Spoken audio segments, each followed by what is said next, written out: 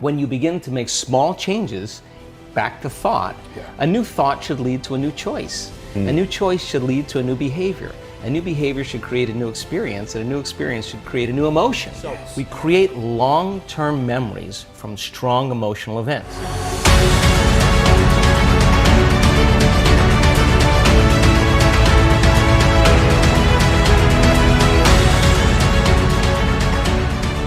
When you begin to make small changes back to thought, a new thought should lead to a new choice. A new choice should lead to a new behavior. A new behavior should create a new experience, and a new experience should create a new emotion. And that new emotion is teaching your body chemically to understand what your mind has intellectually understood. Now your body is embodying the truth, right? So then the new emotion should inspire new thoughts, and that's called evolution. So how do we get stuck? It's really simple. The stronger the emotion you feel from some event in your life, be it a betrayal or a trauma or whatever, the more altered you feel inside of you, the more you pay attention to the cause outside of you. So the brain takes a snapshot. It freezes an image and embosses that pattern neurologically in the brain. That's called a memory. So we create long-term memories from strong emotional events, okay? So is that true? That I just want to understand. Maybe the larger the event in terms of its emotion to you, the stronger of a hold it has over you? Yeah, well, the more it's embossed in your biology. So some certain people have a strong experience in their life, and it catches all of the brain's attention. So now they think neurologically within the circuits of the past experience, and they feel chemically within the boundaries of those emotions. And so how you think and how you feel creates a state of being. Now here's the problem, that if you don't know how to mediate or control your emotional reaction to that event, and you keep that refractory period of chemicals going on for extended periods of time, so that the event produces a chemical change, and the body needs to return back to homeostasis or balance. But if it can't, then the elongation of that emotional reaction for weeks, say, for days or weeks, is called a mood. So you say, Ed, what's wrong with you? I'm in a mood. Why are you in a mood? Well, this thing happened to me 5 days ago, and I'm having one long emotional reaction. So then what you do is you keep telling the story about it, keep firing and wiring the same circuits, and you keep conditioning the body into the past. So then you wake up in the morning, you look for the emotion. So then now, all of a sudden, you keep it lingering for weeks or months. That's called the temperament. Well, why is he so angry? I don't know. Let's ask him. Why are you so angry? Well, this thing happened to me 8 months ago. I'm having one long emotional reaction. I'm memorizing my emotions. You keep it going on for years on end. That's called a personality trait. So then a person then is memorizing themselves by living in the past. And so then you say to them, well, tell me the story. Now, the latest research on memory says that 50% of what we talk about in our past isn't even the truth. So we make stuff up about the past. In other words, people are reliving a life that they didn't even have just to reaffirm that they can't change, right?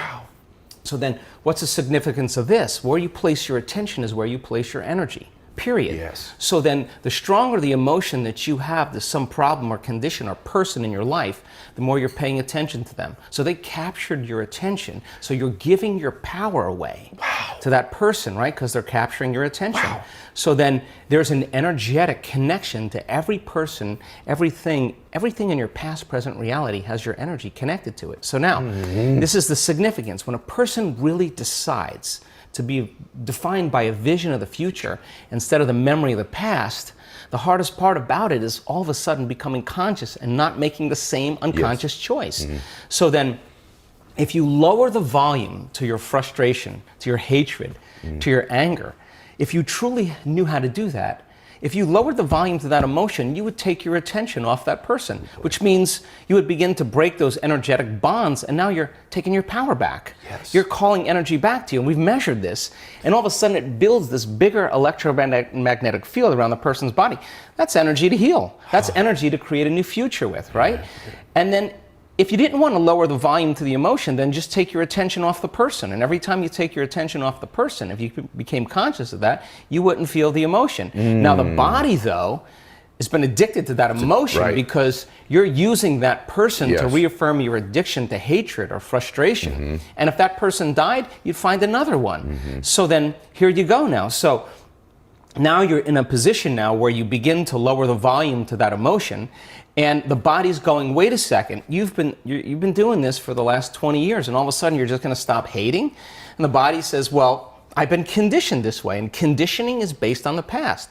So when the body feels the lack of that emotion, just like a drug addict, it says, hey, you're off schedule here. So now the body starts influencing the mind to think about experiences that are embossed in the brain that are based on that emotion. So the emotion now is causing you to think in the past. If we teach a person then how to trade that frustration or that hatred for an elevated emotion, and they'll say, yeah, but you know, it was my ex's fault, or I got betrayed by my partner in business. Yeah, we know that. Okay, so let's take your partner in business or take your ex, let's duct tape him, put him in a cannon and shoot him to the moon. Now what are you gonna do? Sooner or later, you gotta reckon with yourself and change, right? So then, teach a person then how to trade that emotion for an elevated emotion. Now, trade the emotion for an elevated emotion. Right. So you're going to give that up, and you're going to practice feeling gratitude, as an example. Yes. And the person says, well, I can't feel gratitude. And I say, absolutely you can, because you don't practice feeling it. You practice spending most of your time feeling hatred and frustration. So now it's going to take a little time to cause that heart of you to bloom, or your heart of yours to bloom. Once they're able to feel even the smallest measure of gratitude, where they start feeling appreciation, thankfulness, gratitude, it's emotional signature. When you get something, when you're receiving something, when something has happened to you, or when something is happening to you, you say thank you because you're receiving something. So the emotional signature of gratitude means the event has already happened, or it's happening to you. So the moment you open your heart and you feel gratitude, well, that emotion then is telling the body that the experience has already occurred, and the thought then can make it into the body because it's consistent with the thought. So now you're beginning to program the autonomic nervous system into a very specific destiny. You got to maintain that modified state of mind and body your entire day, independent of the conditions in your outer environment, independent of your body's cravings of those emotions and habituations, and independent from time. And if you can, get ready, because something weird or unusual, some synchronicity, some coincidence, some opportunity is going to land in your lap. And you didn't have to go and get it. Yes. It came to you. Now you're the vortex of creation. So if you say to me, well, I was feeling gratitude, but then there was traffic, or my coworker sent me a nasty email, then I would say, oh my God, you mean you're allowing your environment, your outer environment, to control how you feel and think?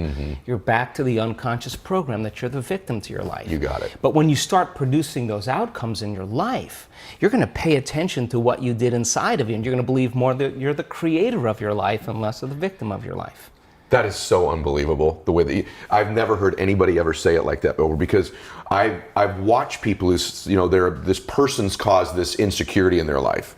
And even when they remove the person, what they'll do is, okay, now I'm going to feel gratitude, what you just said, but their body is still addicted to that emotion, and they go seek other references to get them that emotion again. So the first thing you said that I love, that I've not heard before, is one is acknowledge when that addiction rears its head again, just by acknowledging it. The second thing that really nobody talks about is, it's wonderful to meditate and to get into that space, but then you must get up and be active towards that goal. That's what most people don't ever talk about. We're changing our brain and body to live in that future present reality so that you feel connected to a future instead of the past. And when you're connected to the past, you're looking for it. And if you're looking for it, you're separate from it. If you're being it, then there's a complete change in energy, and nobody changes until they change their energy. And when you change your energy, you change your life. After 8,500 brain scans, I can tell you that you and I are at our absolute best when we get beyond ourselves. That is the elegant moment where we're free enough to create without any encumbrances. So this has been measured too. So there's these different energy centers in the body. Is it true that if you're holding on to these other emotions, I just want a basic answer for this for the group too. If you're holding on to these negative emotions and you're not moving towards this more empowering emotion, what happens to these energy centers in the body? Can you describe that to some extent? The majority of our thoughts and feelings are connected to our sexuality, to our victimization, our guilt, our suffering, our shame, our unworthiness, our self-doubt, or our importance, our control, our fear, our anger, our frustration, our hatred, our judgment. Those are the first three hormonal centers in the body. And those first three centers have everything to do with survival. And those centers are energy consumers.